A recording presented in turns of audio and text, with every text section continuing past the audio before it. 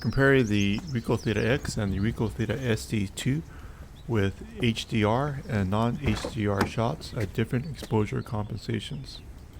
The camera is inside of a car, the car is in an outdoor parking lot, and it's a tough shot. First up is the RICOH Theta SC2, no EV compensation, and HDR is off. Using the default settings of the SC2, the interior of the car will not be visible. The portions of the car that are in the shadow will be too dark.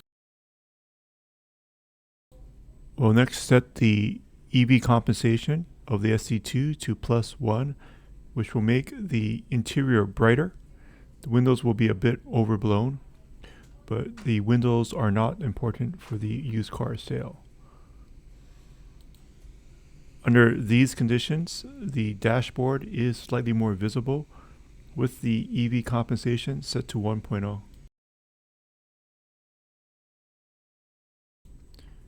At EV plus 2.0, the shot's a little bit overblown on the interior of the car, so you might want to cut this down to maybe EV 1.2 or experiment with those settings.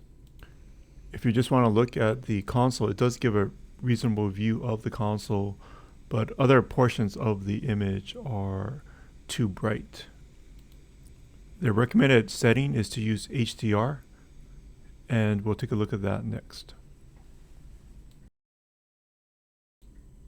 Using HDR, you'll get a better picture.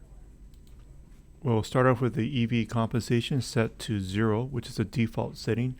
By default, HDR is off, so you would need to enable this in the API. The dashboard does look a bit more usable.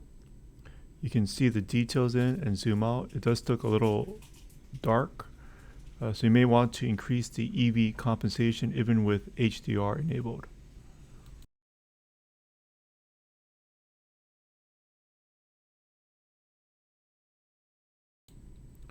We'll next look at the EV compensation set to 1.0 with HDR rendering on.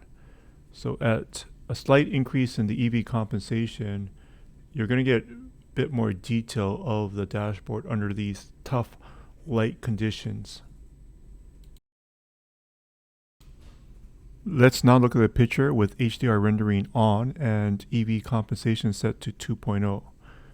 It's going to be a bit too bright, and you do have more granular control over the EV compensation. We're just using the 1 and the 2 as references here.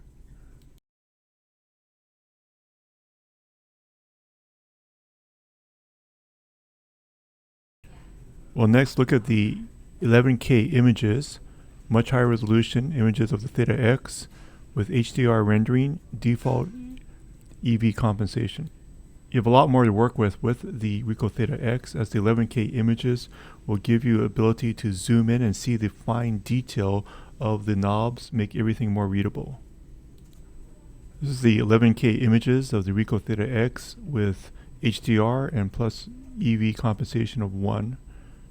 You'll be able to see more detail of the dash. It actually might be a bit overblown at this setting since the HDR of the RICOH Theta is so good.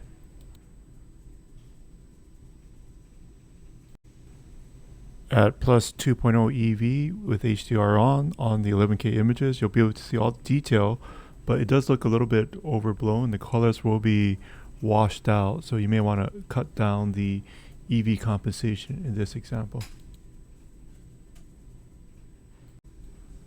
With no HDR and 0 EV, the interior will be a bit dark. And in this case, it'd probably be better to put the HDR on. At plus 1 EV with no HDR, you can see a bit more detail of the dashboard. Thanks to the beautiful 11K images of the Theta X, the shot is pretty reasonable. At plus 2 EV with no HDR, you're starting to see more detail of the console. There is a very bright light from the window. The best images are from the RICOH Theta X 11K images with HDR enabled.